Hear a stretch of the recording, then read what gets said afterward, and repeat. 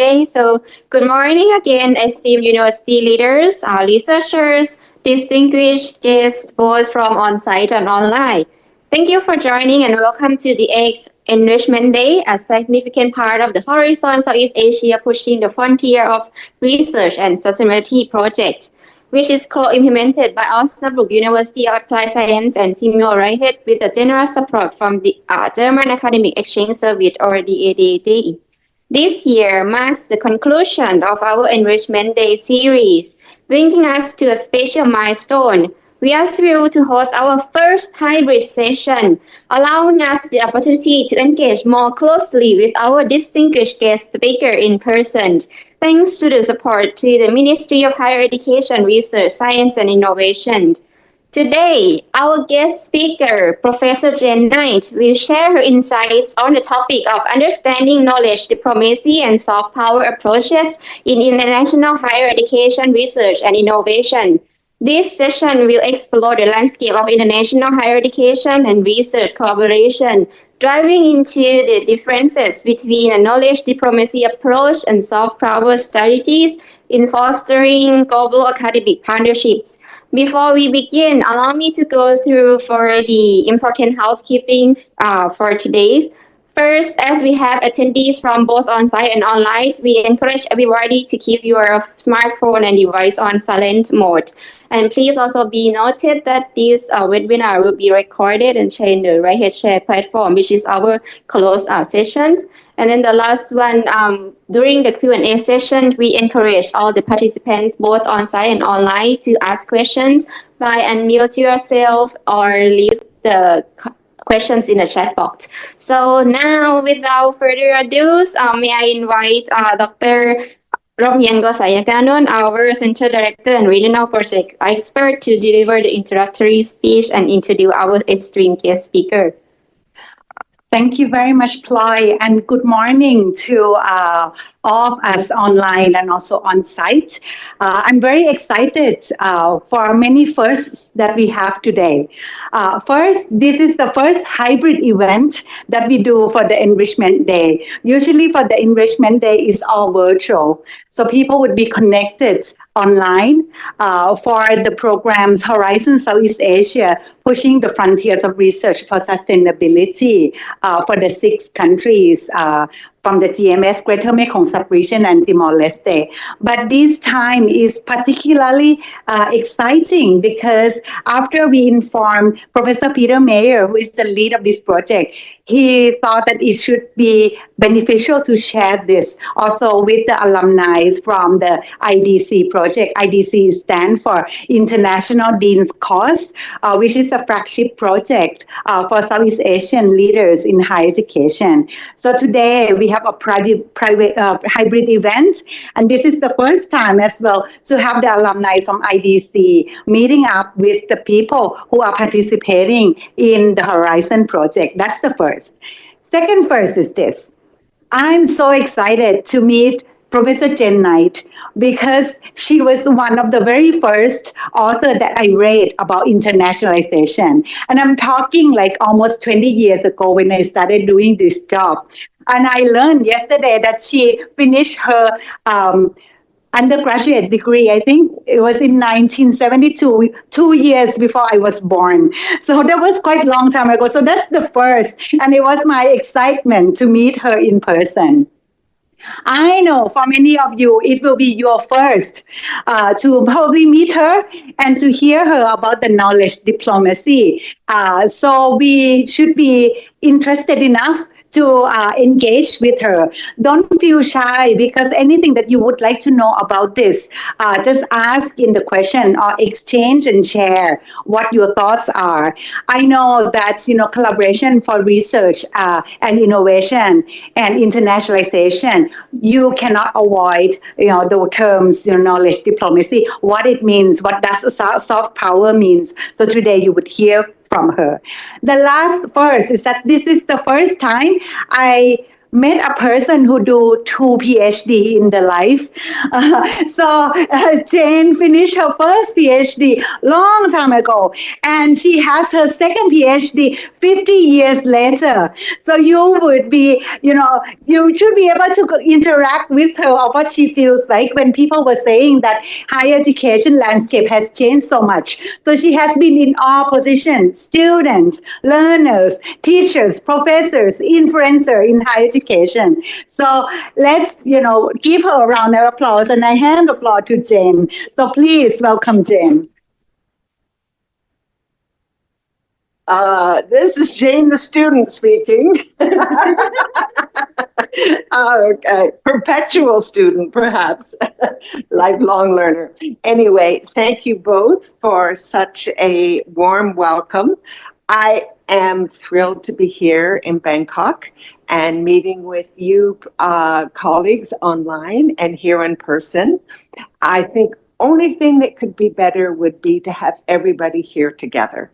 I'm a people person, and I love to be able to have informal discussions and chats. And so today, the presentation that I'll make with the slides will only be about 20 minutes because I really encourage and enjoy and ask for your participation, your questions, your insights, your disagreements, your debates. I really feel that is what moves it forward.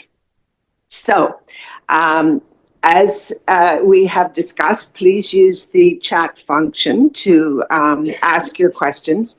And let's get on with discussing knowledge diplomacy and soft power. I'm going to ask you all a question. Are you surprised that I have not used the word internationalization in the title of this talk? If you see, I have now talked and make much reference to the international higher education research and innovation. As my colleague here has noted, it has been several decades that I have been working on international dimension of higher education. And I have to say, I'm getting a little bit, what could I say, concerned, puzzled, worried that the word or concept of internationalization is becoming a catch-all phrase for anything that has to do with international, intercultural, global. Second concern that I have is that when we have been discussing the international dimension of higher education, a lot of our work has been on education, the programs of education, whether it is through transnational or whether it's through internationalization at home. I think there is a trend. I'm certainly not sure. I'm anxious to hear your views on this. But I think it's time to give more visibility and importance to research, to collaborative research between and among countries. And therefore, I have started to use the phrase EHERI.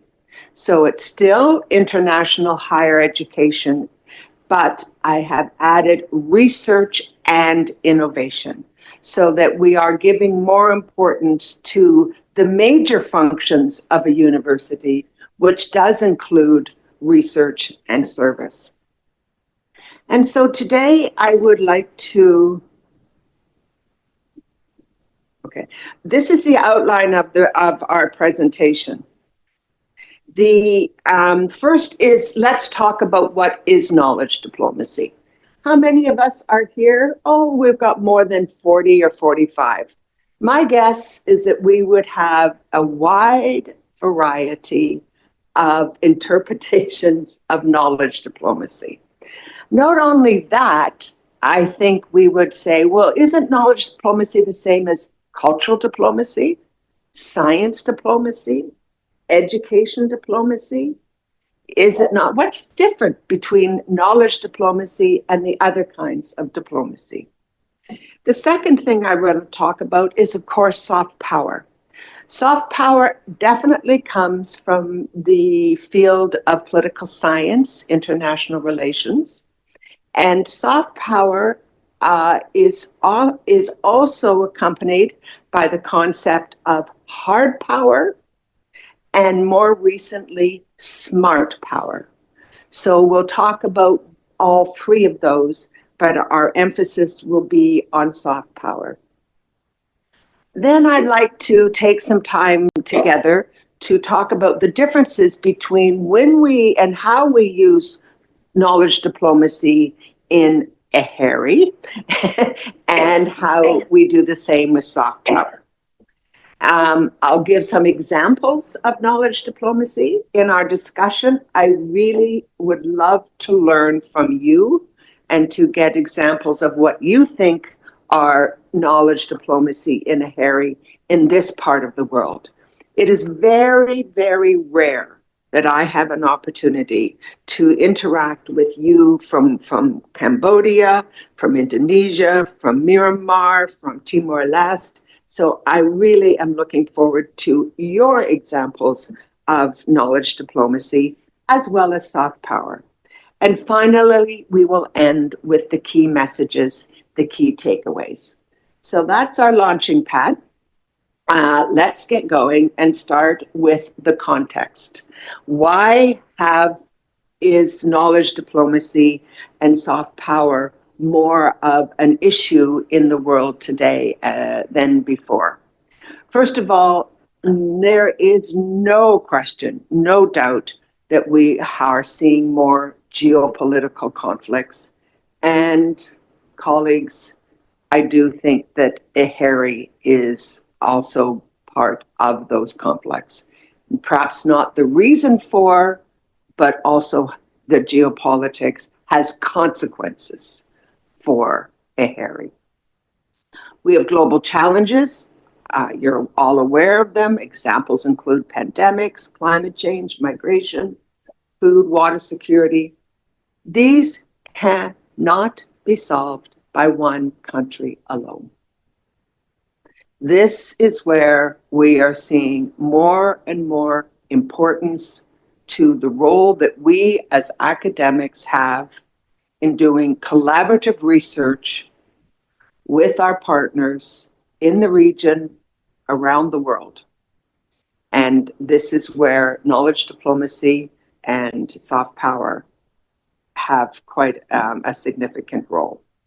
We're also dealing in a world of disinformation, the politicization of facts, knowledge, science.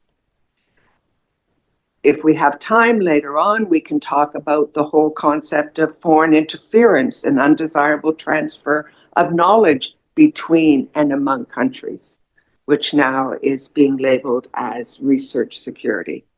And finally, I want to emphasize that EHERI is being used for both diplomatic purposes as well as power purposes. And that will be to know the difference between those two uses and how we handle it. So let's start off with EHERI, or I will say internationalization, okay? And typically, we have looked at rationales about EHERI and internationalization. We've looked at rationales, benefits, and even risks from an academic point of view. What are the benefits that we gain from this international dimension and collaboration? Also, the social cultural benefits that we have. The economic, I don't like to say it, but I feel the economic rationales and benefits of EHERI and internationalization have a certain dominance at this particular time. The fourth one, and this is not new, is the political. And this is what, when I was working on my the whole role of higher education and international relations, of all of the rationales, the benefits and the risks, I realized that we have given less attention to the international relations and political aspects. And the fifth one is status building. So that is to put the political implications and opportunities around IHERI and internationalization into the larger context of benefits and rationales. The political one has been the one we're addressing today and has been least researched. All right, here we go. Here's the real launch. Here is a proposed definition, and I put the emphasis on proposed. Knowledge diplomacy is the process. You'll note that it is a process and not a policy, but it is usually an action or a series of activities of building and strengthening relations between and among countries through international higher education, research, and innovation. Doing a definition, colleagues, is not easy. It has to be as straightforward as possible. It has to be universal in application. And therefore, the key concepts in here are building and strengthening relations between and among countries through IHERI. But do you think that this is different from a definition of internationalization? What is the one definition of internationalization? Again, is the process of integrating an international, intercultural, all together now, cultural dimension into the primary functions of a university, which are teaching, research, and service. That is very different from this perspective of knowledge diplomacy. So I have found in the last 8 years that I've been exploring this concept of knowledge diplomacy that many of us are equating it to international education, to internationalization, and it is very different. So again, let me stress, it's a process, a series of activities. It is not a policy that a country adopts. What's missing from this definition? Intentionally, the term knowledge has not been included. Intentionally, I included international higher education, research, and innovation. And I've already explained why I think it's important that those three concepts be used. And finally, what has been interesting in the research on knowledge diplomacy, and I've been doing it through a higher education sector lens, and I've been doing it through an international relations lens. And what we're going to look at now is a conceptual framework where values are now playing a very important part. And that partly is because of the context that I discussed at the beginning of a world changing with the geopolitical conflicts and disinformation. So let's move on to this next slide. And I'm going to apologize in person that there's so much information on it, but let me guide you through it, please. So this is a conceptual framework for knowledge diplomacy. Let's look at the top row, okay? The top row only. The first one is, what are the rationales, what are the intentions of knowledge diplomacy? The second one is, who are the actors? The third one, what are the values, what are the principles? Values is becoming more and more part of our work, I believe, in higher education.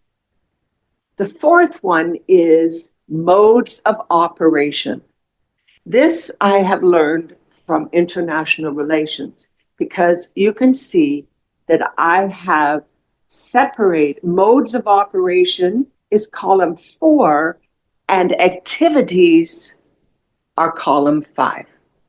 Okay, let's walk through them. First thing I'm going to ask you is please notice that there are 2 gray columns. Okay? Actors and activities. I'm going to come back to that. So, what are the rationales? Quickly, it's strengthening relations among states or among countries using international higher education, research, and innovation. Addressing global challenges. This is not around developing competencies in students to be global citizens. This is not around adding an international dimension to area studies. This is about a Harry's role in relations between and among countries. Number 2 column is actors. And we as universities are there, but also think tanks, centers of excellence, foundations, private sector, government. None of that should be a surprise to you. That has been happening for long. But here we come to values and principles. And it's quite important that these are articulated. And so the values and principles are around reciprocity, mutuality, cooperation, finding common ground, trust, transparency. So those are the values that are the common denominator when we look at knowledge to diplomacy. And building on those values and principles, we move into the modes of operation. And here we are into negotiation, compromise, collaboration, exchange, mediation. We know that when we are designing a contract or a project between countries in higher education, there are different expectations. There are different priorities, and we need to mediate them. We need to find a common ground. Partnerships, building trust. Okay? So I would say to you that the most 2 important columns in this conceptual framework are the values and the principles that form the foundation of a diplomatic approach and the modes of operation. When we get into activities, again, you will recognize them all. Hubs, international higher education institutions, research networks, academic mobility, scholarships, international students. So please, in this particular, and I'm sorry I couldn't break it down into columns to not have to have it all on one slide. I really ask you to focus on columns 3 and columns 4. So now we move on to power. Power in international relations. I think it's extremely important that we look at power to enable. Power to enable, to make things happen, to bring things to fruition.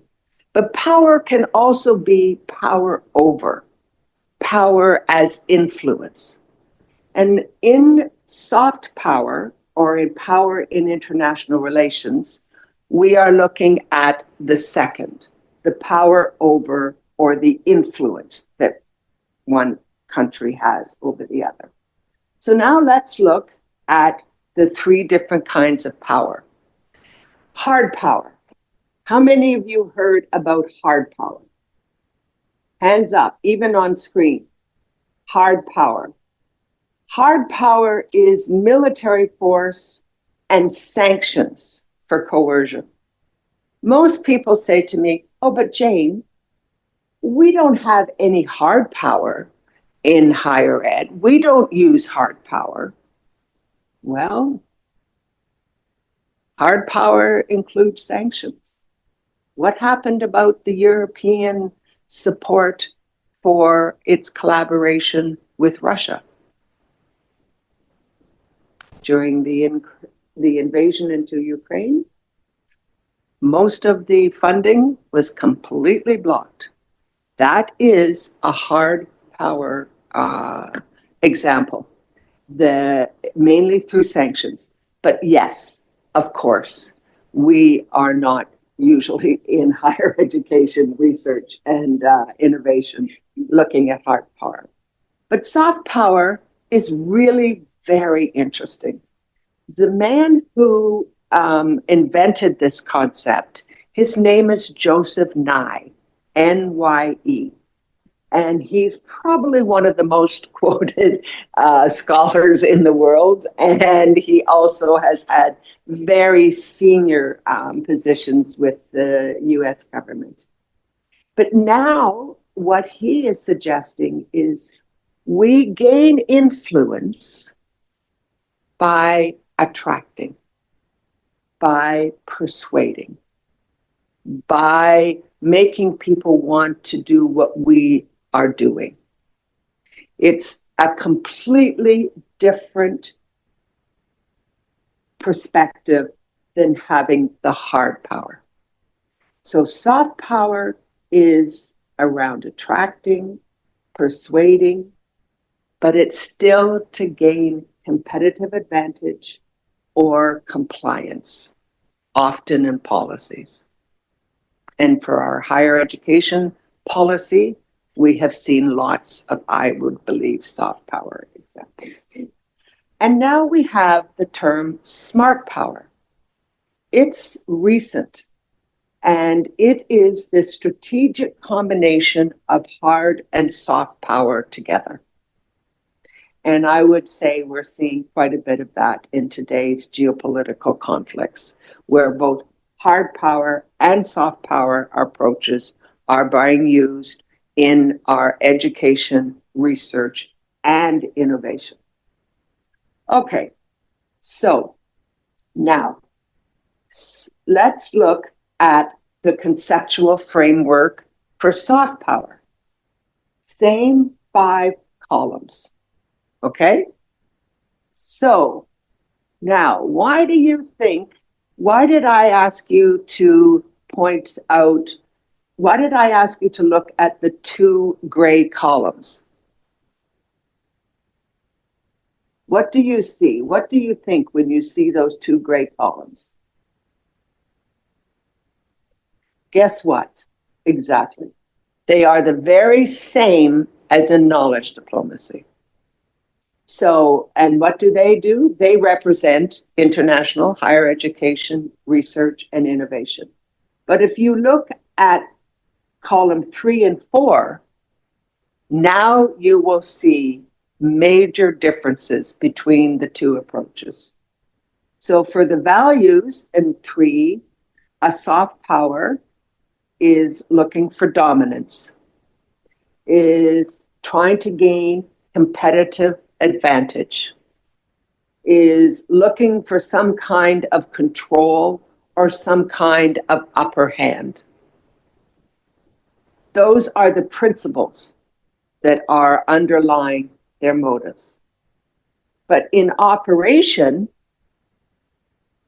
you're not seeing any sanctions. You're not seeing any military. You're seeing attraction, persuasion, agenda setting.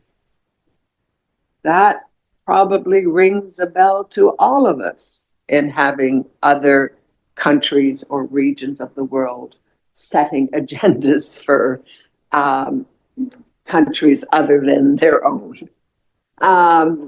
Compliance, co-option.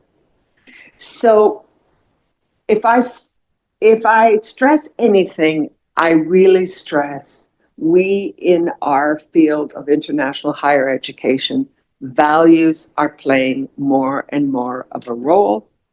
And so is the way we form and the relationship. The activities stay the same, The actors stay the same, the values and modes of operation, and of course, the intentions and rationales are different. So, let me say, as I have been developing this framework and exploring this, of course, I have read policy papers and literature, and I have been so surprised, and I have to say confused, by how we in the international higher education sector are understanding these two concepts. Let me give you some examples. So there is, I've titled this, I think correctly, Higher Education Perspectives and Confusions about the Role of Soft Power in a HARI. Okay, here's one example. Soft power leads to mutual understanding and benefits. Does that seem to be consistent with the kinds of values and modes of operation that we just looked at? 2, to achieve dominance, influence, and competitive advantage.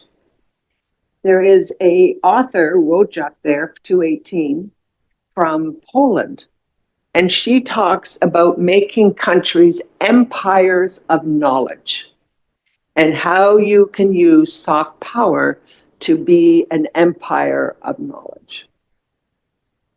Third one, actually, soft power is a form of colonization and hegemony. And here's the clincher. Gain soft power, which is competitive advantage or compliance, through knowledge diplomacy. This one makes me hiccup big time.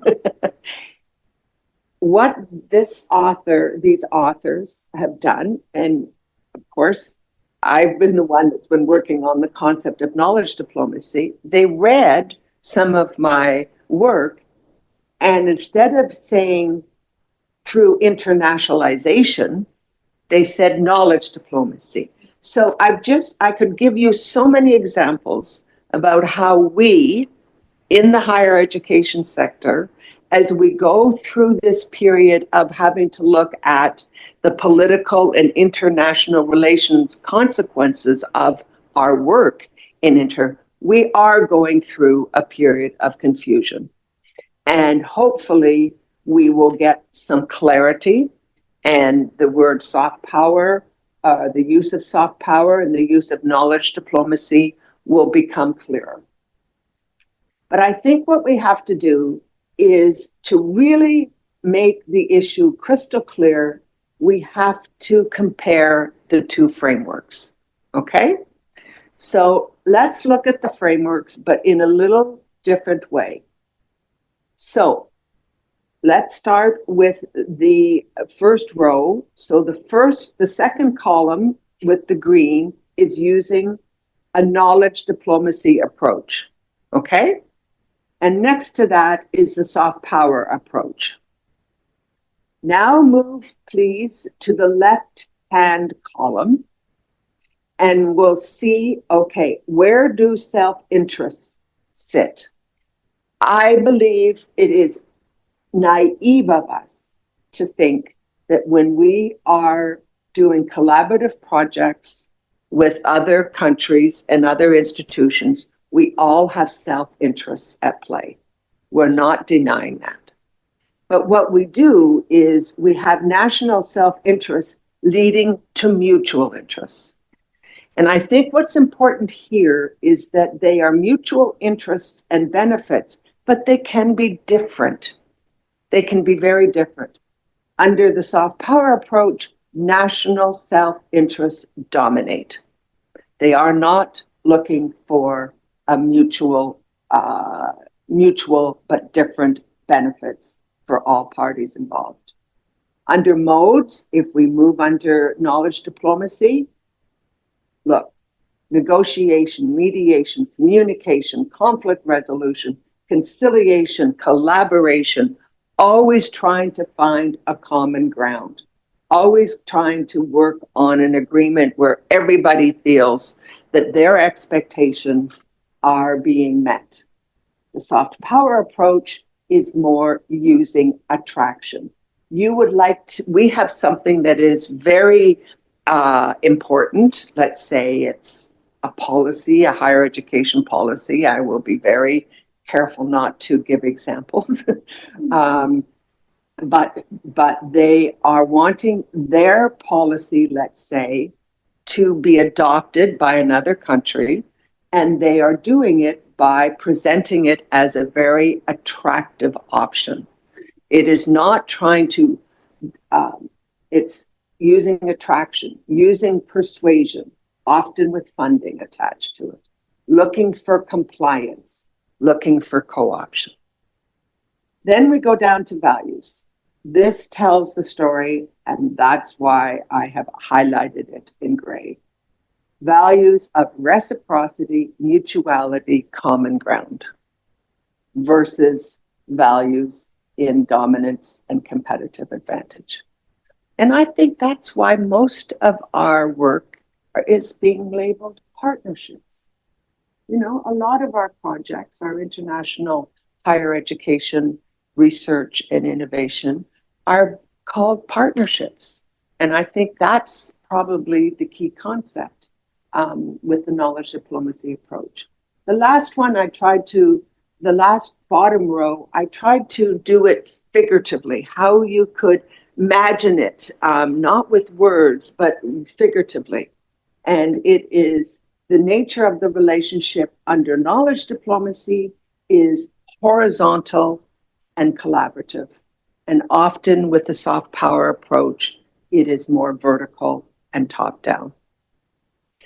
Please let me say that this may come across as being very extreme.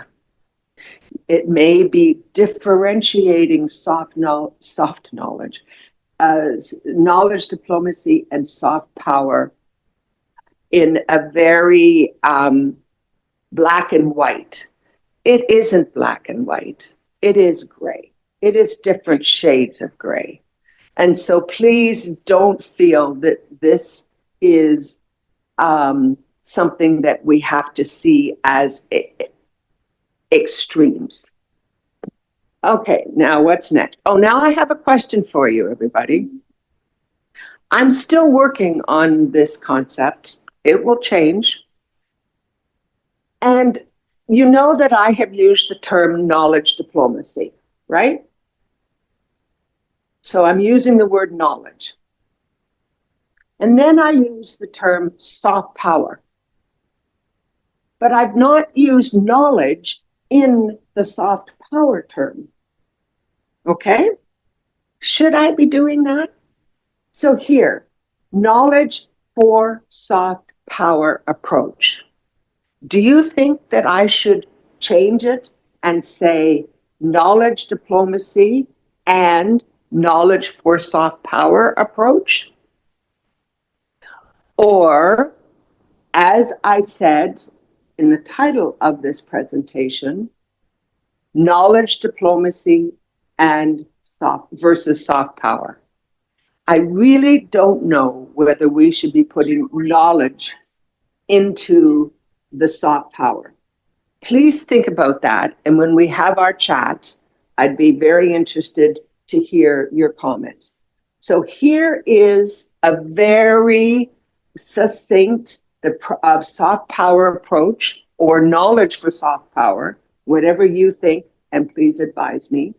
The process of gaining competitive advantage in international relations through using international higher education research and innovation versus the knowledge diplomacy approach, which is, and you can see how similar I made it, the process of building and strengthening relations between and among countries through international higher education research and innovation.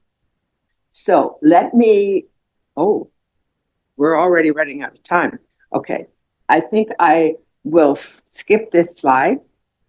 These are examples of using a Harry in a knowledge diplomacy approach. The only thing I would ask you to take from this slide is looking at the right-hand side, okay? Regional universities, international joint universities, regional organizations, networks, hubs. You're not seeing student mobility program. You're not seeing internationalizing the curriculum. You're not seeing the very small individual AHERI activities. I get questions all the time, and most of the questions that I get are any kind of double degree, joint degree, student mobility, collaborative research, is that knowledge diplomacy? And to a degree it is. But here are what I would suggest to you, some of the emerging trends and developments in our sector where countries are clearly collaborating to in the international higher education sector. Let me close with key messages. First of all, AHERI plays a role in international relations using both a collaborative and a competitive approach. AHERI actors and activities, the two gray columns, can be the same for knowledge diplomacy and soft power, but intentions, values, modes, and outcomes differ. Thirdly, there's a lot, when I was first trying to understand just the concept of diplomacy, I made a list of 123 different kinds of diplomacies. And I then categorized them into different types of diplomacy and looked at the ones that were most similar to knowledge diplomacy. And let me give you, so there are similarities between these four. Science is actually a term that is very popular in Europe. They talk about science diplomacy, they talk about science security, science they use instead of knowledge. And lastly, we do have an emerging issue in which we are starting to pay a little bit more attention to, which is the knowledge security or research security in collaborative research projects. And you can see by this emerging issue of knowledge security or research security, how important it is to use the term AHERI to acknowledge that international higher education includes research and innovation, not only education. So I say thank you very much. This is the book that is already 2 years old and which I'd like to change. But I look forward very much to your questions and your comments. And thank you very much for the opportunity to share this slide. Thank you very much.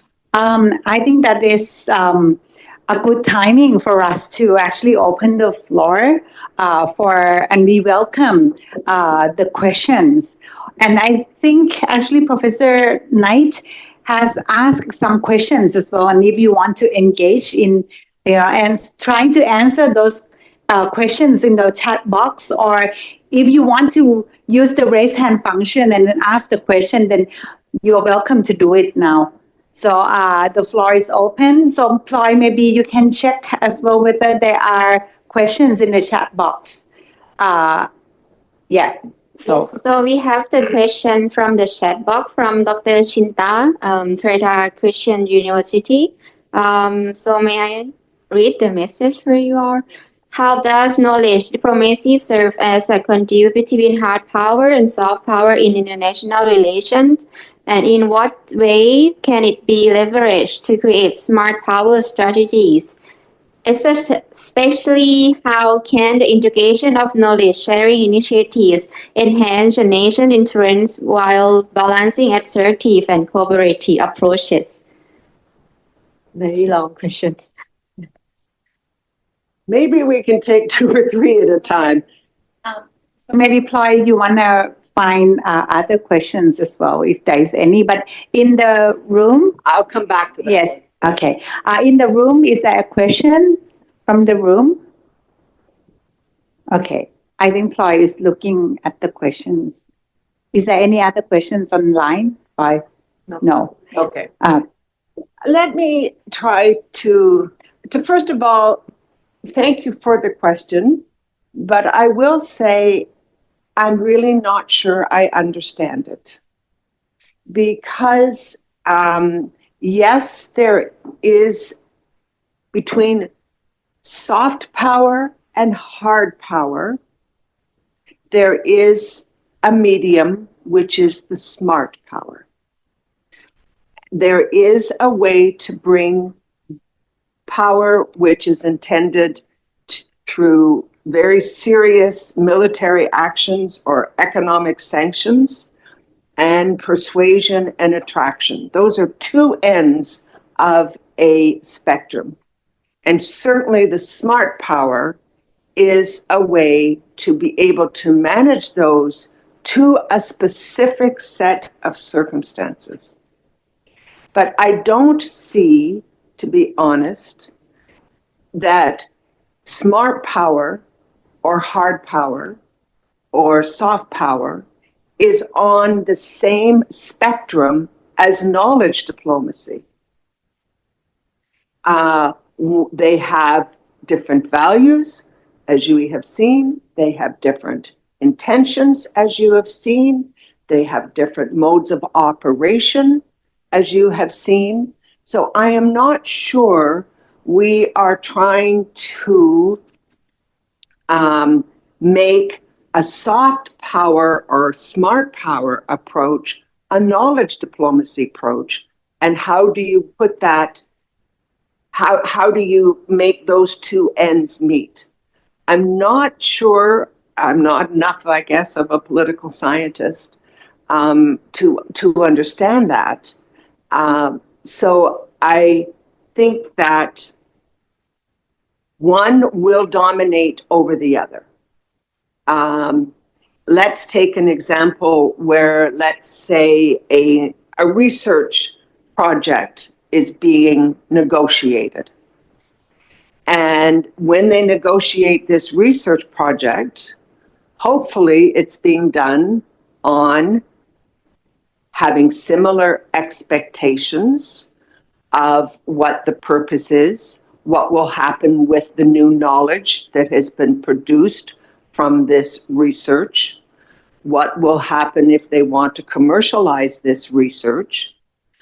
But if the partner has suggested, we will agree to all of that, but thank you very much.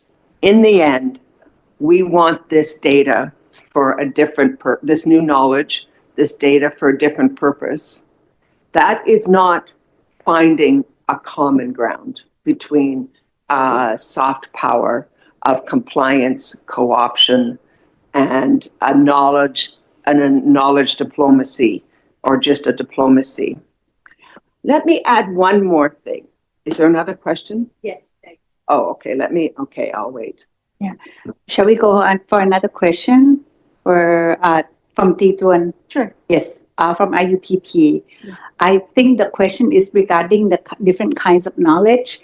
They said some countries tend to differentiate doing academic research from those NGO research work. So how do you see the knowledge different in this context? That's such an interesting question. And you noticed when I gave the definition of knowledge, I never put knowledge in the definition. Why? We have indigenous knowledge. We have tacit knowledge. We have tangible knowledge. We have so many different kinds of knowledge. and all of them have to be respected.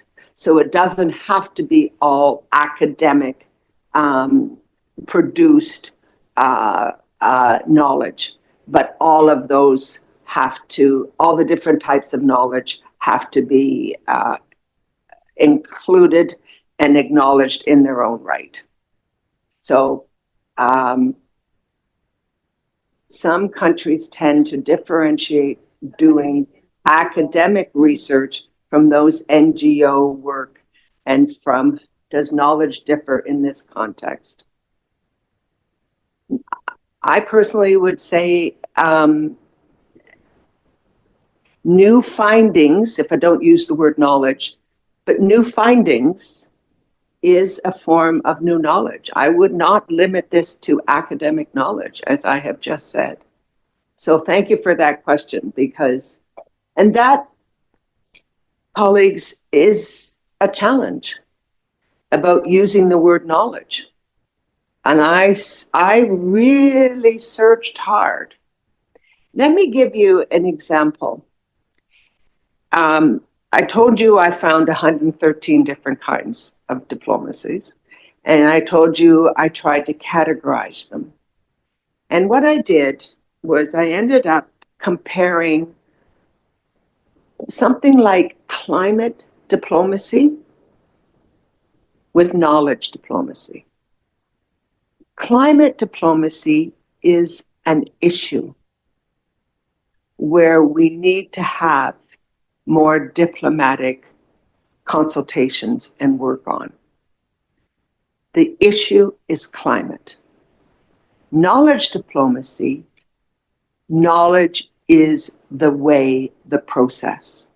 We are not advocating for new knowledge or for indigenous knowledge or for tacit knowledge. We are saying knowledge is one of the areas in which we can help to build and strengthen relations between and among countries. So I think it's important to distinguish a issue-related diplomacy from a means to an end kind of diplomacy. And that's why and how I used diplomacy or knowledge in this configuration.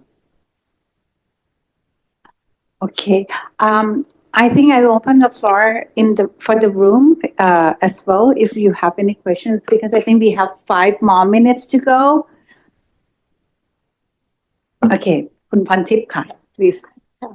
Thank you very much for the very insightful presentation. I will be sleepless for many days to come.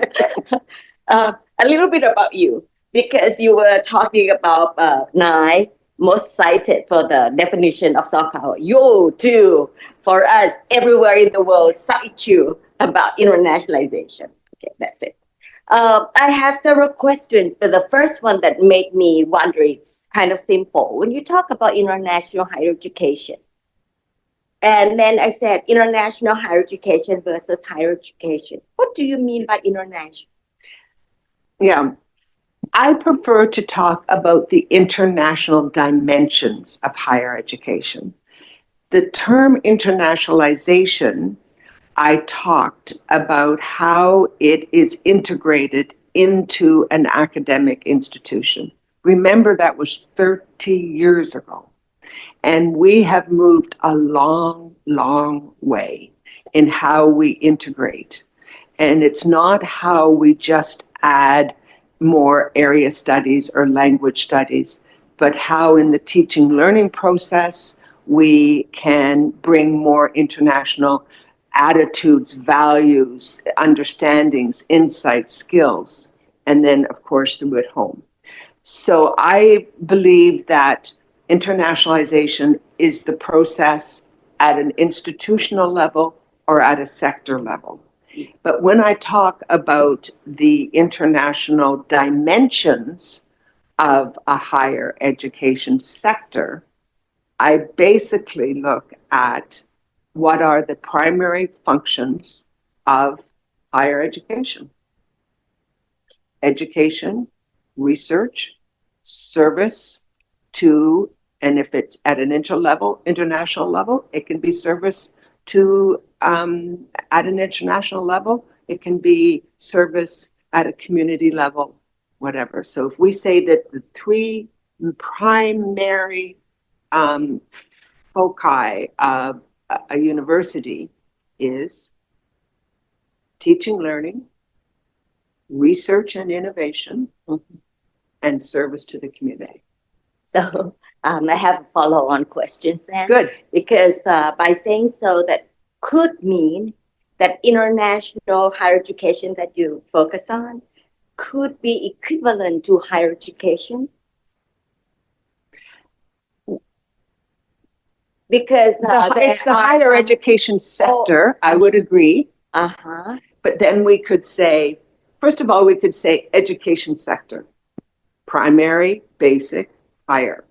Then we could say international, then we could say higher education sector, we're dealing with post-secondary. And then we say national, we could say what are the policies and priorities at a national level. International is how you are relating to the rest of the world, or the rest of the world is relating to you. So I think that there are many ways to discuss an education sector. You can do it by the levels of community, national or international. You can do it by levels of education. Does that make any sense? I don't know. Yeah, it's really very clear. Then I'm thinking of one or two questions that I have. Could I have another one? No, okay. Better then. I would invite you to have a question with her during lunch. But then I have one more question, if you don't mind, Prof. Knight, online. So may I invite one last question, and that this would be the last question, I promise, from KMUTT. I cannot read even though I have a long-sighted. How can universities enhance their Yeah. visibility and reputation in the international academic community through soft power and knowledge diplomacy? Visibility. Well, guess what? This is rankings. Again, we cannot escape rankings. I guess I would ask a question. Would we want to enhance the reputation of our university or our